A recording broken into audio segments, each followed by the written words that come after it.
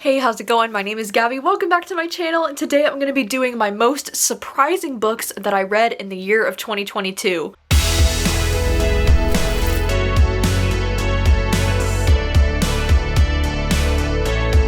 This is part of a video series that I love to do at the end of the year where I do my most disappointing, my most surprising, my best, and my worst of the year. And what I mean by most surprising is that these are books that I went into with little to no expectations, or maybe I even went into them thinking that I wouldn't enjoy them, which happens sometimes. And then these books are the ones that just surprised the hell out of me. Like, they were books that just took me off guard. They did something different. They were just fresh. They were unique. They were unexpected. I feel like there is a little bit of crossover for me with some of these with my best of the year and my most surprising, because there were some books that really took me off guard that ended up becoming new favorites. But for the most part, these are all the books that I gave either 4 or 5 stars that were kind of unexpected, like something a little bit different from me, or just something that I went into with really low expectations for one reason or another, and then I ended up having a great time. So if you're interested in a video like this, I've done most surprising books of the last few years as well, so if you want those videos, I'll have them linked down below if you want to go and check those out. But yeah, let's just jump right into the list, because this is a very exciting list, and I was surprised by so many books this year. Probably one of the most surprising books of the year for me has got to be Battle Royale, because this is a kind of like sci-fi dystopian novel that's from 1999 or something like that. It's a Japanese thriller, and it's about these young kids. There's this thing that happens at their school every year where like a class randomly gets selected, and then they have to get sent to this island where they fight to the death until there's only one person left. I just wasn't really sure if this was going to be my thing, you know, because I'm not really a huge fan of the Hunger Games. I'm not a huge fan of a lot of the popular dystopian things.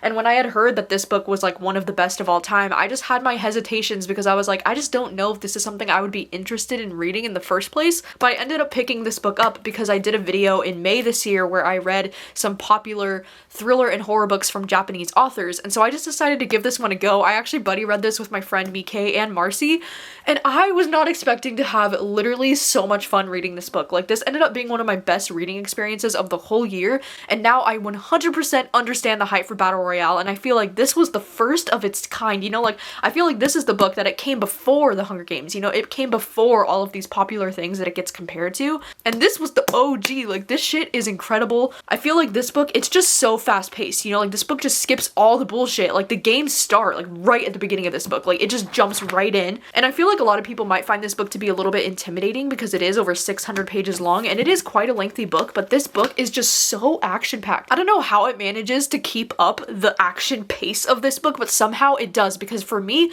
there was never a dull moment in this book. I felt so connected to these characters, which is also something that I was not expecting from a book like this. I really thought that I wasn't going to care that much, and I was literally crying in some parts. Like, it was really beautifully written. It was just so well done, and the ending of this book was just absolutely stunning. Like, you think it's gonna be something that's so like predictable and expected, and it's just not. At least for me, like, the ending of this book, I thought it did something that was so unique and so different. I've never seen that before, and then it also like made me emotional. It got me right in the feels, and this one ended up being a favorite of the year for me, and it was so unexpected. Like, this book surprised me so much. I still do need to see the movie adaptation for this because I've heard great things about the movie as well, and I'm really excited to check it out. Another book that really surprised me this year has got to be Cirque Berserk, and I think the main reason why this one surprised me so much is because I'm always talking about how I'm not the biggest fan of slashers, at least when it comes to books, because I really do enjoy slasher movies, you know, like, I think slasher movies are really suspenseful and really fun, but for some reason, when it comes to book format, it just doesn't really work for me as well, and I find myself not really caring that much about the kills, and I just kind of get bored,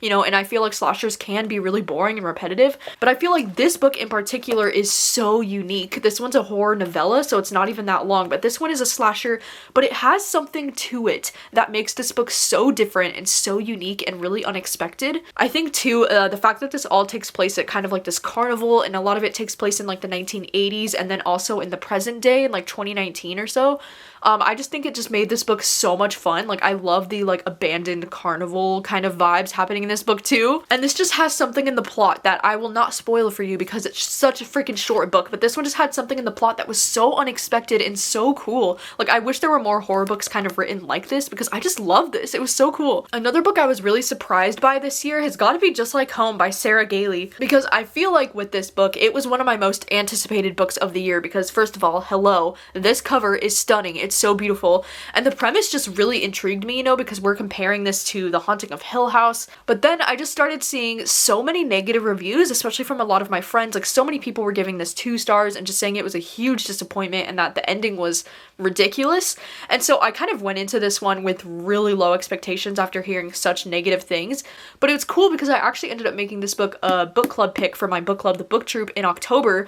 And thankfully, I ended up enjoying this book quite a bit. I gave this one 4 stars, and it was also really cool because my co-host Mandy during that live show gave this book 5 stars, and it's like one of her favorite horror books that she's read this year. And I feel like this book, I can see why this book is so controversial, and I can see why so many people are frustrated with this book because it is so different. It is so out there, and the ending of this book is definitely not going to work for everyone. I think the ending of this book is a little bizarre, like to the extremes, but I personally loved it for that reason. I don't know, I thought it was so unique. I've never quite read anything like this in horror, and I feel like this book just really stands out in my mind as something that was like different this year, you know? I also just loved the writing in this book. Like, God, Sarah Gailey's way with words is just something else. The prose in this book is just so freaking stunning. It's like metaphor after metaphor after metaphor, and I know that some people can get really irritated with a writing style like this, which I totally understand, but for this book, it just really worked for me. Like, everything about this book just really did. Another one of my most surprising of the year has got to be Foe by Ian Reid, because at least before I had read this book, my experience with Ian Reid was that I had just read I'm Thinking of Ending Things. I actually read that book twice because the first time I read it was in like 2017 and I didn't really enjoy it, and then I reread it and I had like a deeper appreciation for it when I reread it. And so then Foe was a book that I had always eventually wanted to get to. I just kind of put it off for the longest time, and I'm so glad that I finally read this because I feel like this was something that was just so unexpected and just so good. I feel like this year I've really discovered Ian Reid as one of my new favorite authors ever, because, you know, his other book We Spread is probably like one of my top favorite books that I've ever read in my life. And this book, the premise is just so vague, you know, because it's just about this man that shows up on this farm where this husband and wife are living, and he tells them that, you know, he's been selected to do space travel and that he's gonna start helping him prepare to do the space travel. And like, that's the general premise of this book. It just sounds so like random and like, what the fuck does that even mean? But I feel like this book was so psychological, you know, it was so interesting. It's one of those like thought-provoking books that just really makes you think, and I think that that's a common theme throughout a lot of the Ian Reid books that I really fucking love, is that they're just so psychological. Also, did you know that this is currently being adapted into a movie right now as we speak, and Saoirse Ronan is going to be the female lead in this? Like, literally, what the fuck? I'm so excited. Another book I was really surprised by how much I enjoyed it this year is actually The Shuddering by Anya Alborn. This one is a horror novel, and I had enjoyed books by this author previously, so I guess I went into this one with some like lukewarm expectations. But the thing that surprised me so much about this one is the fact that this is like a straight up monster horror book, and I just don't think that that's something that I'm usually like the most excited about reading. I definitely prefer a lot of my like monster horror to be a little bit more like ambiguous, I guess, or like when it kind of is like an off-page monster, like you kind of think it's there but you never quite see it. Like, I usually like horror books that are a lot more ambiguous in that way, but this book is just a straight up monster horror. It's like, it doesn't really try to hide anything from you. Like, the monsters are just there. They're like well described, like you can visualize them in your head, and it's about these people who are trying to survive on this mountain when this monster is just stalking them. And to be honest, I just didn't think this would be something that I would enjoy, because I feel like this is a book that could get really cheesy or kind of predictable, but I just had the most fun experience reading this book. Like, it was so fucking entertaining. It honestly just read kind of like a movie to me, where like there would be chapters that cut away to like these characters that we don't know, and then you just see them get attacked by the monster, and then we cut back to like the main group where like they're just on the top of this mountain like doing their little ski trip. I'm not gonna lie, at the beginning of this book the characters were like really irritating to me, but then as the story went on, I cared so much about these characters. Like, by the end of this book I was like, oh my god, literally like every death would like kill me. I also was not expecting to love the book Wild as much as I did, because I read this book in January and I never even really intended to want to read this book. Like, this was never a book that I was like, I desire to read that. But I ended up reading it because I did that video in January where I did reading books like Capricorns for a week, and this book was highly recommended for Capricorns, and so I was like, okay, like I'll give it a shot, I'll just listen to it. And this book was kind of life-changing. Like, I don't mean that to sound as dramatic as it does, but to be honest, this book was kind of life-changing. This book just made me realize how much I miss being in nature and how much I long to connect with nature, and this book just inspired something in me me that I cannot explain. Like, I don't even know how to explain it. I literally bought hiking boots like after I read this, and I watched the movie shortly after this, and it just really inspired me in a way that not a lot of books have. Like, this book is one of those books that really like made an impact on me as a person, and I feel like that's such a rare thing to happen. And so of course this has to be one of my most surprising of the year. Like, I just loved Wild so much. I also really loved the book XOXO. This book is one of those situations where it was like the perfect timing that I stumbled across this book, because this is a young adult romance, okay? And like the fact that this is a young adult romance and that I gave it 5 stars is like a surprise already, right? Because I feel like so often I'm complaining that like young adult is never kind of what I want it to be these days, but it's because of books like XOXO that I continue to read young adult, because you never know when that 5 star is just gonna hit. And this book, I say that it was like the perfect timing for me to come across this book, because this book follows this guy who's a K-pop star, he's a K-pop idol, and then we follow this other girl who's going to be visiting South Korea for the first time and like meeting some of her family there.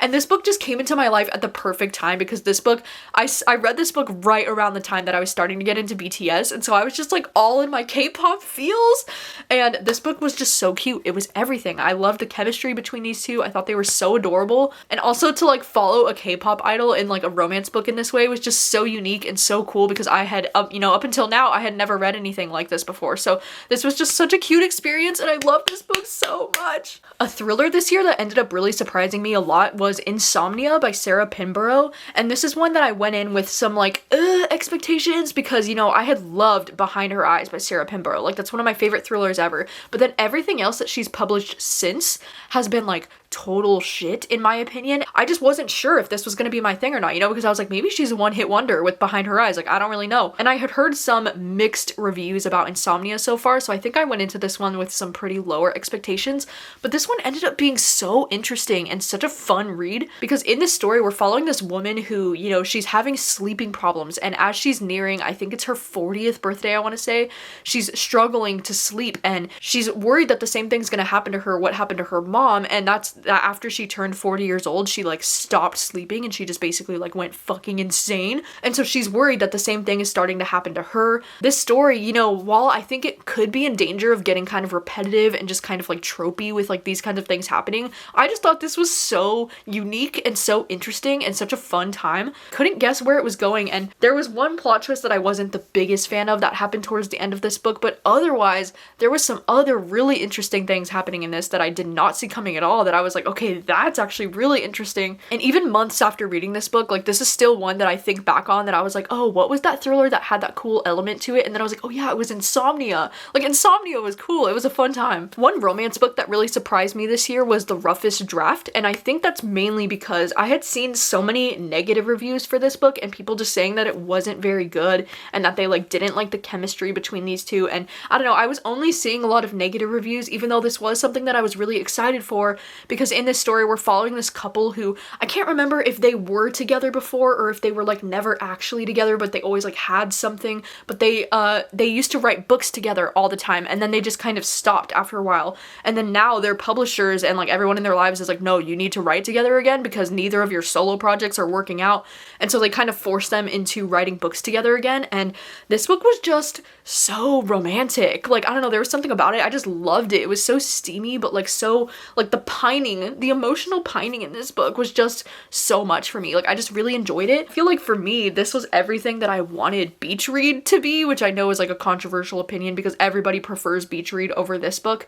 But for me, I thought beach read was just fine. Like, beach read was like a 3-star for me, and then this one ended up being closer to like a 4, like a 4.5 for me. Like, this was everything that I wanted beach read to be, so it was very surprising for me to read this book. Another book that I thought was very surprising this year is actually The Darkness Outside Us. This one is a young adult sci-fi romance kind of story, and again, because this is young adult, I think I went into this with some pretty low expectations, but I would say that this book is doing a disservice to itself by marketing it as young adult, because I really do feel like this should be marketed as an adult sci-fi book, because the characters and the themes in this book just felt very adult to me. And I do think that these characters are 18, if not even a little bit older than that, and I just don't think that this book should be getting marketed as young adult, because I feel like a lot of people wouldn't read read it because they think it's young adult, but it really doesn't have that tone to it at all. But this one's just so interesting. It's definitely one of the like standout sci-fi books that I've read this year. Not that I've read that many sci-fis, but like this was just really interesting and really beautiful. And we follow these two boys who are alone on this spaceship in space. It's really interesting because they're gonna have to work together to like learn the different secrets about how they might have ended up in this situation. And this book also has a little bit of, you know, because like one of my favorite tropes of all time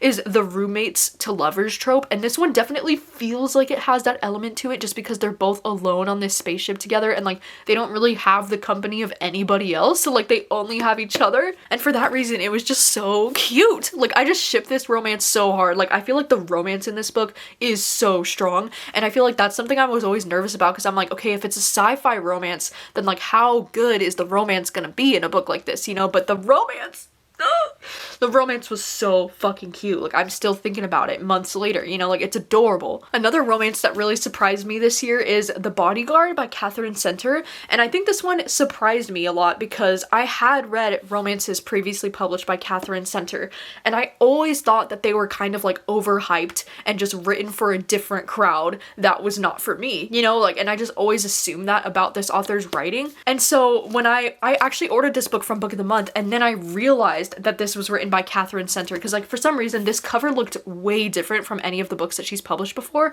and so it didn't click in my brain that I had read from this author before. And after I ordered it and I realized it was from this author, I was like, shit, like I was almost like, can I cancel my order because I know that I don't really like her books? And then after I read this I was like, oh my god, I'm so glad that I got this book because it's so cute. And in this story we're following this girl who she's going to be the bodyguard for this guy who's like a big actor because he has this situation where this like girl might be stalking him and he needs a bodyguard. And it's such a cute like twist on the common trope of like having a male bodyguard protecting her. Like I love the gender swapping there with like her being his bodyguard. I just thought it was so cute. And this book is one of those books that just like had me smiling and laughing throughout reading this. Like I just felt like this was the perfect like summer romance book. It just made me so freaking happy while I was reading this. And there's a few conversations that I can specifically remember from this book where I was just like cracking up the entire time I was listening to this on audio. It was just genuinely such a fun time, and I'm so glad that I gave this book a chance because like I was for sure wanting to cancel my order on this book after I found out this was the author. I was like, oh no. Another thriller that I found to be pretty surprising that I read this year is The Butcher by Jennifer Hillier, and this wasn't surprising in a way because, you know, I had enjoyed books from Jennifer Hillier previous to this, and so I kind of did go into this with some high expectations, but I think this one was surprising to me because this book is about this serial killer, right, who's called The Butcher, and we're following this guy who is a police chief, and he was the one responsible for like taking down the Butcher in the 80s, and now he's going to be retiring, but now there's all these killings happening again that people think the Butcher is still out there. I think this book is surprising because it's not a mystery who the Butcher is. Like almost right at the beginning of this book we get told as the reader like who the Butcher is. So I was kind of nervous after reading that. I was like, oh my gosh, like what, like, because I wasn't expecting to know the identity of the Butcher right away, and so I thought it might ruin my enjoyment of the thriller because I was like, if there's nothing like unexpected or like if there's no plot twist with like figuring out his identity, then I was like, then what's so great about this book, you know? But this book was just so freaking entertaining, and I feel like Jennifer Hillier, she's just such a great writer. Like she has so many little tricks and twists up her sleeve like along the way. Just like the way this story goes was just so entertaining and so unexpected, and I was just very much entertained throughout this entire thing. I mean, this book is like nearly 400 pages, and I flew through this thing in like 2 sittings because I was like, I have to know what the fuck is going on. And it was just such a fun time. Like I just wasn't expecting to have as much fun with this book as I did, so like that's pretty cool. And then the last book on this list that is definitely one of the most surprising books that I've read this year has got to be Penpal, because this is a horror novel that I read for a video where I read your horror recommendations, and so I was really excited to jump into this book. But I feel like after reading the first 2 chapters of this book I was like, oh gosh, like I don't know if this is gonna be for me or not, because I immediately found the writing style kind of really hard to get into. This author just uses a lot of really big words and complex thoughts and ideas for a horror novel. Like I just was not used to this writing in a horror book. I was like, what the fuck? Like I just thought it was really hard to follow at first, and I just thought like, oh no, like I'm gonna have so much trouble like getting invested in the story because of it. But something that's really cool about this book is the fact that it's broken up into about like, I want to say 6 or 7 chapters, and each chapter is a different memory from this character's childhood as he's reflecting back on like things that happened to him as a kid, and he's starting to realize that those memories and like like the things that happened to him as a kid were kind of strange and kind of creepy, and like there's kind of not a really good explanation for why certain things happened. The thing that's nice about that is even if you don't vibe with the first chapter, like the vibe of each chapter is kind of different, and like the things that are happening, like there's different stories in each chapter. So each chapter is about like 30 maybe more pages. I just really, oh my god, I was not expecting to love this as much as I did. Like after chapter 1, like chapter 1 was definitely a struggle for me to get through, but after getting through that one, oh my god, some of the things that happen in this book are truly so horrifying, and I feel like this is a horror book that is specifically what I get afraid of with horror books and exactly what I'm looking for when I'm reading horror books. Like this book just had it all, and it was just so interesting, so thought-provoking. I just loved this so much. Like this is not at all what I was expecting it to be, but like in the best way. It was just so subtle and so creepy, and I know that there's a lot of readers who read something like this and they're like, this is so boring, literally nothing happens, like what are you talking about? But I feel like there's so much creepiness in like the subtlety of like, it's like hinting at things that have happened or that could happen, and it's just so, it's written in a way where it just really gets under your skin and makes you like, whoa! And I just had so much fun with it. Like I thought it was so fucking great. Alright, so those are all of my most surprising books that I read in 2022. I love, like there's nothing more I love about being a reader than being able to be surprised by books, you know, because I feel like it's not something that happens super often for me, because I feel like it's satisfying when you read a book that you're really hyped to read and then it lives up to that hype and you're like, yes, I knew it would be good. Like that's a great feeling, don't get me wrong, but there's nothing better for me than going into a book thinking like, oh, I don't know about this, or like, I don't know if this is gonna be my thing or not, and then absolutely loving it and finding a new favorite.